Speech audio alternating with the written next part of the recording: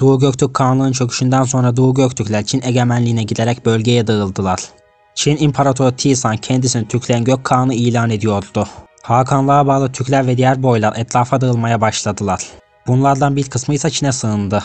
Göktürk tekinlerine Çin'de makamlar verilerek onları asimile etmeye çalıştılar. Aşinacı Eşeşuay Doğu Göktürk Kağanı olan Şipi Kağan'ın oğluydu. Çin'de yüksek bir askeri göreve terfi ettirildi. 639 yılında Aşinacı Eşeşuay Çin İmparatorluğunu esir almak için bir plan yaptı. Kardeşi Tölis Kağan'ın oğlu Aşine Holoko ve 40 eski astımdan oluşan bir grupla bu planı gerçekleştirmeye çalıştı. Plan uygulanacağı gün fırtına çıktığından dolayı imparator saraydan ayrılmadı. 19 Mayıs 639 tarihinde Aşinacı Eşeşuay yanına topladığı 40 eski astı ile Tisan yaz sarayı olan Çuşen Sarayı'na saldırdı. Uzunca bir süre savaşmalarına rağmen başarılı olamadılar ve saray atlarını kaçırıp Wei Nehri'ni geçtiler. Çu Çin ordusu tarafından öldürüldü. Aşinacı Eşeşuay'ın bu isyanından sonra Göktürklerin Sarırmağ'ın güneyinde bulunmalarının iyi olmadığını dile getirenler çoğaldı. Tisan da Göktürk siyasetini değiştirmeye karar verdi. Tisan Lisimo'yu Çelebi Kağan olarak atadı. Çeşitli eyaletlerde oturan Göktürk ve etnik azınlıkları Sarırmağ'ın kuzeyine götürülmesine ve orada surlar inşa ederek uzun süre sınır kalelerini muhafaza etmesine dair ferman çıkardı. Ancak Çelebi Kağan Seyantolardan korkarak kaleden çıkmak istemeyince Tisan, Tarım Bakanı Koasipen'i Seyantolara yolladı ve Göktürklerle savaşmaması talimatını verdi. Bunun üzerine 28 Şubat 641 tarihinde Çelebi Kağan ilk defa nehri geçerek eskiden Dingshan Kalesi'nin bulunmuş olduğu yerde çadırı kurdu. 30.000 hanelik halkı, 40.000 sağlam askeri ve 90.000 atı vardı. Çelebi Kağan İmparator Tisan'a, "Ben deniz haddim olmadığı halde merhametiniz sayesinde kabilenin başı oldum. Kabul olunursa nesillerimiz boyunca devletin bir bekçi köpeği olarak kuzey kapıyı koruyayım. Eğer Seyantolar istila ederse ailemin Çin Seddi'nin içine girmesine izin veriniz."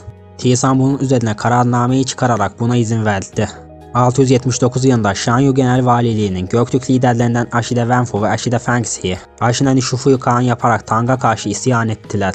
Fakat 680 yılında Tang ordusu Ashina Nishufu'yu ve onun ordusunu yendi. Ashina Nishufu kendi adamları tarafından öldürüldü. Ashide Wenfu, Ashina Funyan'ı Kağan yaparak yine Tang'a karşı isyan etti. Ashide Wenfu ve Ashina Funyan Tang ordusuna teslim oldu. 5 Aralık 681 tarihinde Ashide Wenfu ve Ashina Funyan da dahil olmak üzere 54 tane Göktürk Chang'an Doğu Pazarı'nda halka açık bir alanda idam edildi. 682 yılında Kutluk, Funyan'ın adamların kalıntısıyla birlikte isyan etti ve Heisha Kalesi'ni fethetti. Çin'in kuzeyine yerleşmiş olan Türk boylarını yeniden toparlamayı başardı. Çin'le, Kitan'la ve 9 Oğuzlarla yapılan savaşlar sonucunda Ötüken Ormanı'nda Göktürk Kağanlığı yeniden güç kazandı. İkinci Göktürk Kağanlığı'na aynı zamanda Kutluk Devleti de denir. Kutluk Kağan Devleti yeniden toparladığı için İlteriş adını aldı.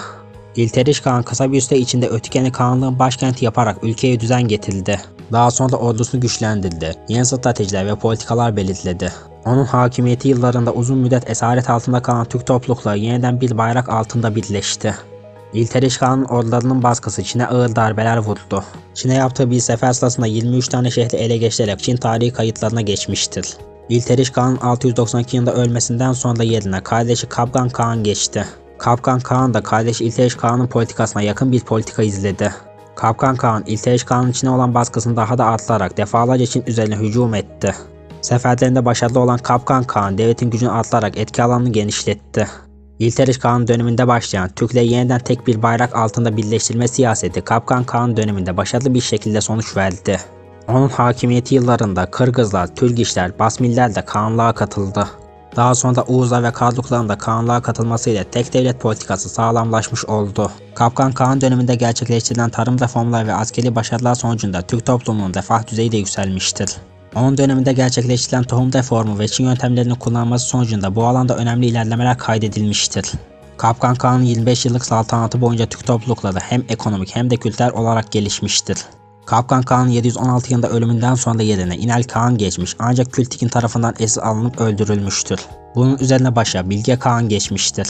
Bilge Kağan'ın asıl adı Bögi idi. Ortaya çıktıktan sonra da Bilge ismini aldı. İlteriş Kağan ve Kapgan Kağan döneminde bastırılan isyanlar Bilge Kağan döneminde yeniden başladı. Bilge Kağan bu isyanları kontrol altına almayı başararak devletin düzeninin bozulmasının önüne geçti. Bu isyanlar sırasında Kağanlığa bağlı olmaya karşı çıkan Karduklar ve Uygurlar yeniden Kağanlığa bağlandı. Bu isyanlarda Göktürk Kağan'ın artan baskısını azaltmak isteyen Çin'in etkisi söz konusuydu. Bu nedenle Çin'i cezalandırmak için Ton Yukuk komutasındaki Göktürk ordusu Çin'e karşı sefere çıktı. Yuan Chen komutasındaki 300.000 kişilik Çin ordusunun bozguna uğratılması Çin'e ağır bir darbe indirdi. 722 yılından sonra Çin direncinin kırılması sonucunda Çin'le barış görüşmeleri yapıldı. Bilge Kağan döneminde Türk toplulukları kültürel olarak daha da gelişmiş bir hale geldi. Bilge Kağan yerleşik yaşama geçme fikriyle Taoizm ve Budizme olan ilgisinden Veziri Tonyukuk'un tavsiyeleri üzerine vazgeçmiştir. 731 yılında Bilge Kağan'ın kardeşi Kültigin öldü.